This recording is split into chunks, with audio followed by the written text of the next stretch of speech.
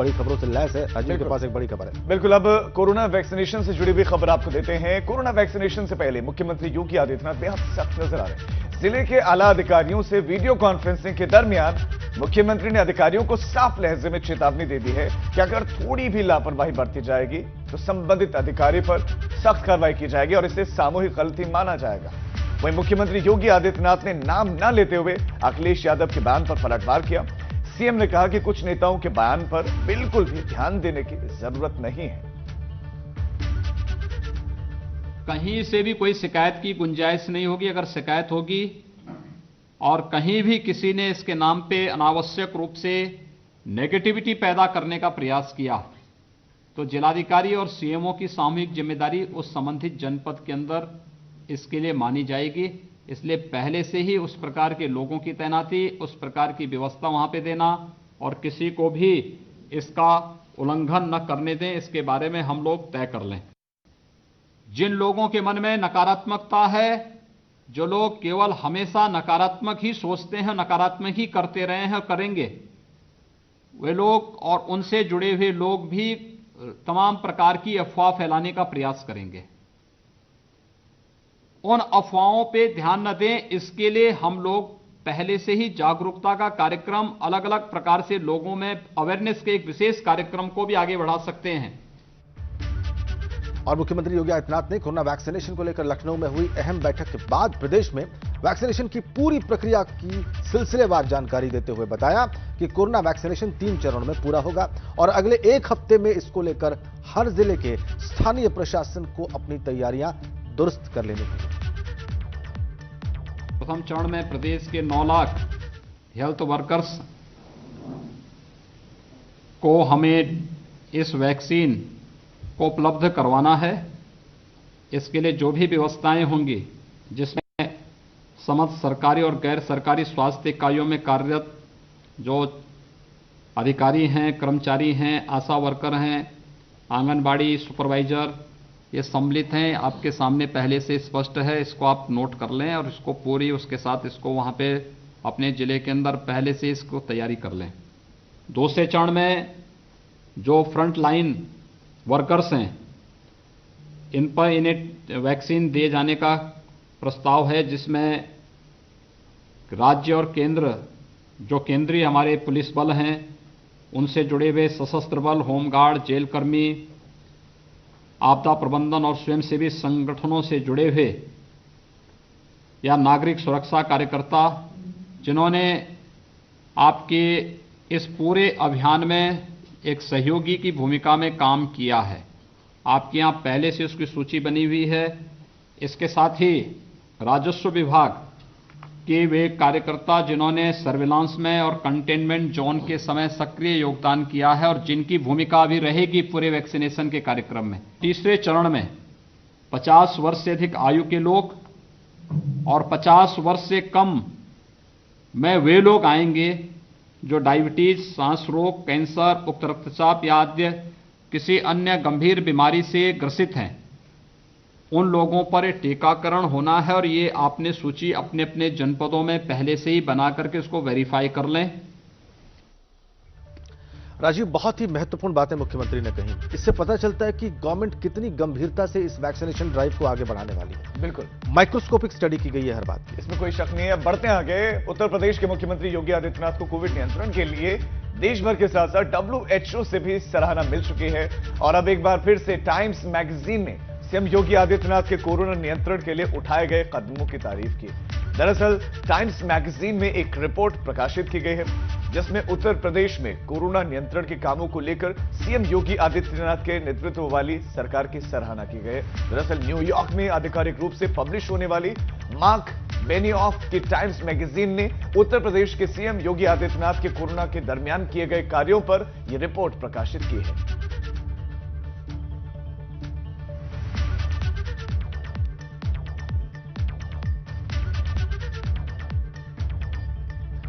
तो पहले WHO ने तारीफ की और अब टाइम्स मैगजीन में तारीफ। अब बढ़ते हैं आगे और अब आपको बुंदेलखंड के हिस्से की खबरें दिखाते हैं फटाफट। चलिए शुरू करते हैं। झांसी में तहसील मऊरानीपुर के आसपास के गांव की राष्ट्रीय ग्रामीण आजीविका मिशन से संबंधित स्वयं सहायता समूह की महिलाओं ने हंगामा किया। 6 महीने से मानदेय नहीं मिलने से महिलाएं नाराज हैं।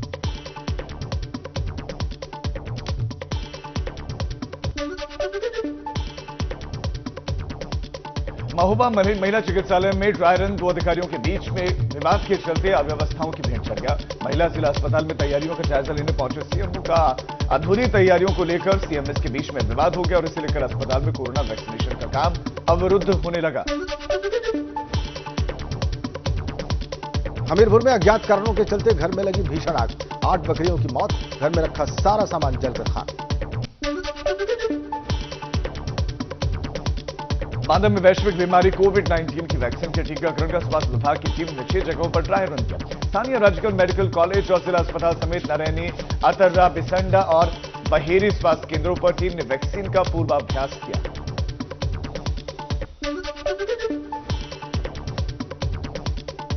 चित्रकूट में भरतकूप थाना इलाके के गोंडा गांव में एक पत्थर की खदान में एक मजदूर की पत्थर खनन करके मौत हो गई। सूचना मिलने पर मौके पर पहुंची पुलिस ने मृतक के शव का पंचनामा करने के बाद पोस्टमार्टम के लिए भेज दिया। जालौन में आप पार्टी के देवरी सीट से विधायक प्रकाश जारवाल अपने पार्टी के कार्यकर्ताओं के साथ जिला अस्पताल पहुंचे। विधायक ने स्वास्थ्य सेवाओं का जायजा लिया और वहां पर मौजूद स्वास्थ्य कर्मियों से पूछताछ भी की।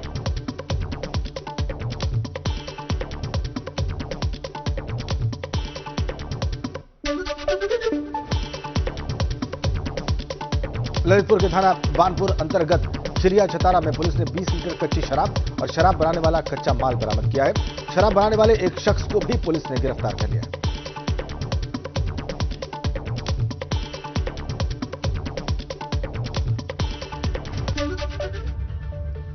तो आपने बुंदेलखंड की खबरें सुपरफास्ट अंदाज में देखी और अगली खबर राजीव के पास है। जी हां, अगली खबर बर्ड फ्लू से जुड़ी हुई है। बर्ड फ्लू को लेकर उत्तराखंड में अलर्ट है। दरअसल हिमाचल प्रदेश में बर्ड फ्लू के मामले सामने आने के बाद कई पक्षियों की मौत हिमाचल प्रदेश में हो चुकी है। बर्ड फ्लू के चलते ऐसा कहा जा रहा है। अब यही वजह है कि उत्तराखंड में भी अलर्ट है।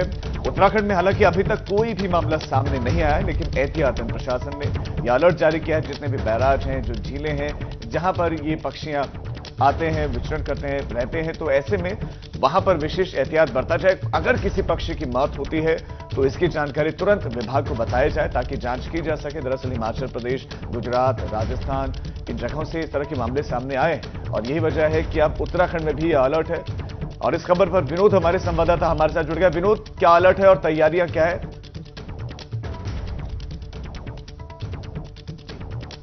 राजू, देखिए, बर्ड फ्लू को लेकर उत्तराखंड में भी अलर्ट कर दिया गया है और एक तरफ जहां कोरोना संकट काल की दिक्कतें लोगों के सामने थी, तो ऐसे में दूसरा संकट अब बर्ड फ्लू का है। पूरे राज्य में अलर्ट कर दिया गया है। तो ये जरूर माना जाए कि स्वास्थ्य विभाग हो या फिर वन विभाग, दोनों विभागों के सामने अब एक चुनौती और खड़ी हो गई है। और ऐसे में एक तरफ जहां जो राज्य, उत्तराखंड राज्य और हिमाचल राज्य के बीच का जो सीमा है, वहां से जो आसन बैराज है, जलाशय हैं, बड़े बड़े स्रोत हैं, तो उन पर विशेष निगरानी रखी गई है। हालांकि कोई ऐसे बड़े मामले पक्षियों के नहीं आए हैं। हालांकि 1-2 कौवे जरूर मृत अवस्था में पाए जाने के मामले जरूर सामने आए हैं। उनके सैंपल लैब में भेजे गए हैं। और जिस तरीके से दिक्कतें अन्य राज्यों में हैं, पक्षी की मृत अवस्था में पाए जा रहे हैं, तो ये देखना जरूरी होगा आखिरकार किस तरह इस बर्ड फ्लू पर, यानी एवियन इन्फ्लुएंजा पर किस तरीके से हम रोकथाम कर पाए। पूरे राज्य में अलर्ट कर दिया गया है और लिहाजा अब देखने वाली बात होगी कि कोरोना संकट के काल के साथ साथ में दूसरा तो आप बता रहे हैं कि विभाग भी तैयार है, अलर्ट भी जारी किया गया है। आपका विनोद इस तमाम जानकारी के लिए बहुत शुक्रिया।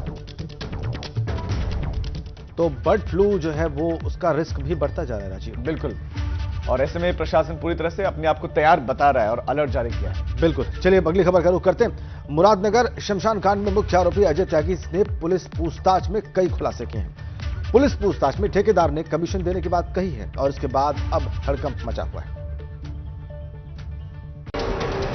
मुरादनगर के मुजरिमों पर चला सीएम योगी का हंटर। आरोपियों पर लगेगी रासुका। ठेकेदार और इंजीनियर की संपत्ति होगी कुर्क।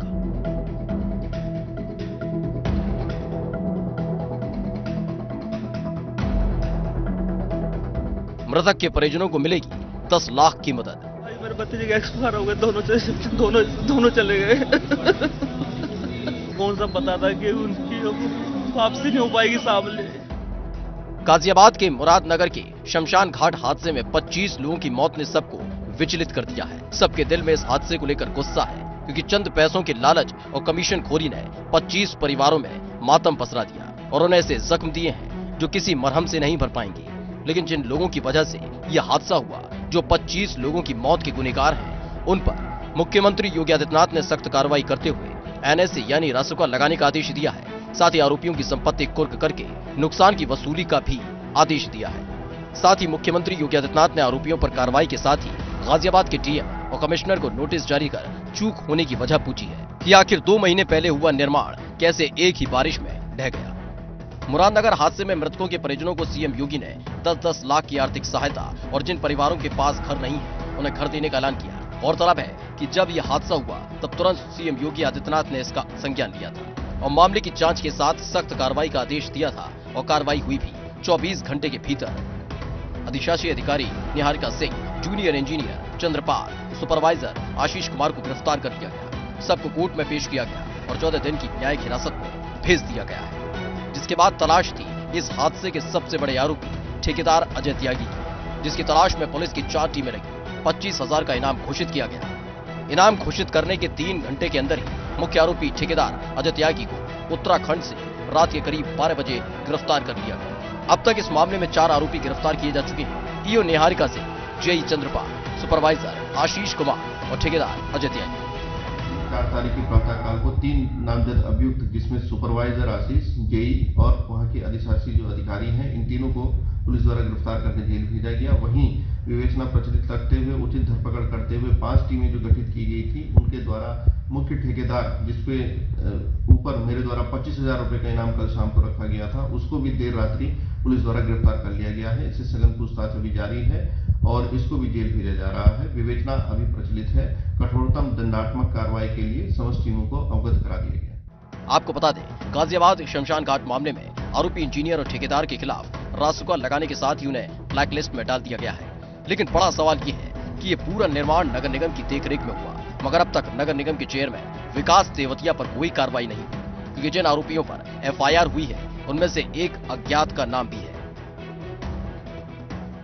साहब एक बात बताइए, इसमें 4 लोगों के खिलाफ नामजद एफआईआर हुई है, अज्ञात की बात कही जा रही है। आखिर वो अज्ञात कौन है? कहीं उस अज्ञात में कहीं आप तो नहीं है? देखिए, मैं नहीं जानता इस बारे में कौन अज्ञात है और कौन नहीं है। अगर कोई भी व्यक्ति किसी भी जांच में मुझे अगर दोषी पाए तो मेरे खिलाफ भी कार्रवाई होने दीजिए, मैं तैयार हूं, मैं मांग करता हूं। क्योंकि जिस ठेकेदार अजय त्यागी ने शमशान के गलियारे का निर्माण किया, उसकी नगर निगम के 60% कार्यों में डायरेक्ट या इनडायरेक्ट हिस्सेदारी रहती है। मतलब लालच और कमीशन का पूरा खेल जारी है। मगर अब इन सब की जांच होगी ताकि फिर कहीं मुरादनगर जैसा हादसा न हो। Bureau report, ABP Ganga. तो एक्शन जारी है। मुख्यमंत्री योगी सख्त हैं, इस मामले पर निगाह रखे हुए। बिल्कुल। और एक बड़ी जानकारी से जुड़ी हुई मिल रही है। शमशान कांड के बाद मुख्यमंत्री योगी आदित्यनाथ एक्शन में है। 50 लाख से ज्यादा की परियोजना की समीक्षा के निर्देश दिए कि जो भी परियोजना 50 लाख से ज्यादा की है उसकी समीक्षा करें। डीएम और मंडलायुक्त निर्माण की गुणवत्ता की समीक्षा करेंगे। जर्जर भवनों के ध्वस्तीकरण की कार्रवाई गाइडलाइंस के मुताबिक हो। अस्पताल में अग्नि सुरक्षा व्यवस्था, फायर सेफ्टी के उपकरण मौजूद रहे। माफिया और पेशेवर अपराधियों के खिलाफ कार्रवाई जारी रहे। इनकी अवैध संपत्तियों के संबंध में कार्रवाई की जाए।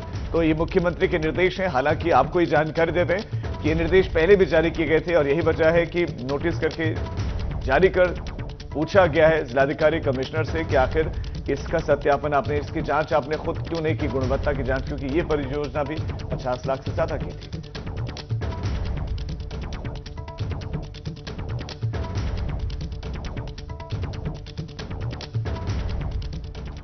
चलिए अब जल्दी से पश्चिमी यूपी की खबरें आपको दिखाते हैं फटाफट। चलिए शुरू करते हैं।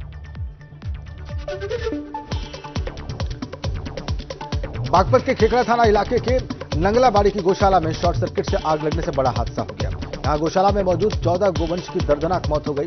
गौशाला में 15 गोवंश गंभीर रूप से झुलस गए।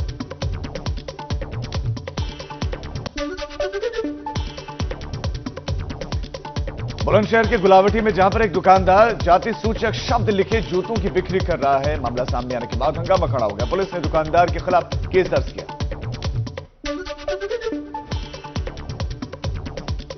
नोएडा के सेक्टर 51 मेट्रो के पास तेज रफ्तार का कहर दिखाई दिया। कार बेकाबू होकर डिवाइडर पर जा चढ़ी, चारों टायर हवा में झूलते रहे।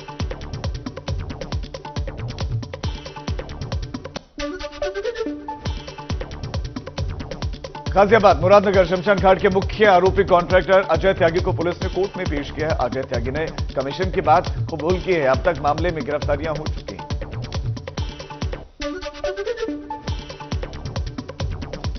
मेरठ में मेडिकल थाना इलाके के एक होटल में पिछले 6 दिनों से अपने किन्नर दोस्त के साथ रुके लेसाड़ी गेट निवासी युवक की देर रात संदिग्ध हालात में मौत हो गई। मृतक के परिजनों ने किन्नर पर अपने बेटे की हत्या का आरोप लगाया है।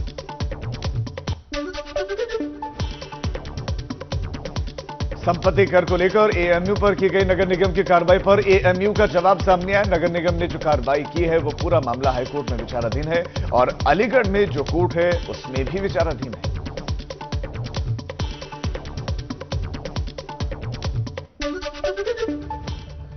तो आपने सुपरफास्ट अंदाज में खबरें देखी पश्चिमी उत्तर प्रदेश से। अभी उत्तराखंड की खबरें भी आपको सुपरफास्ट अंदाज में दिखाएंगे और भी कुछ बड़ी अपडेट्स होंगी, लेकिन इस ब्रेक के बाद जल्द लौटाएं।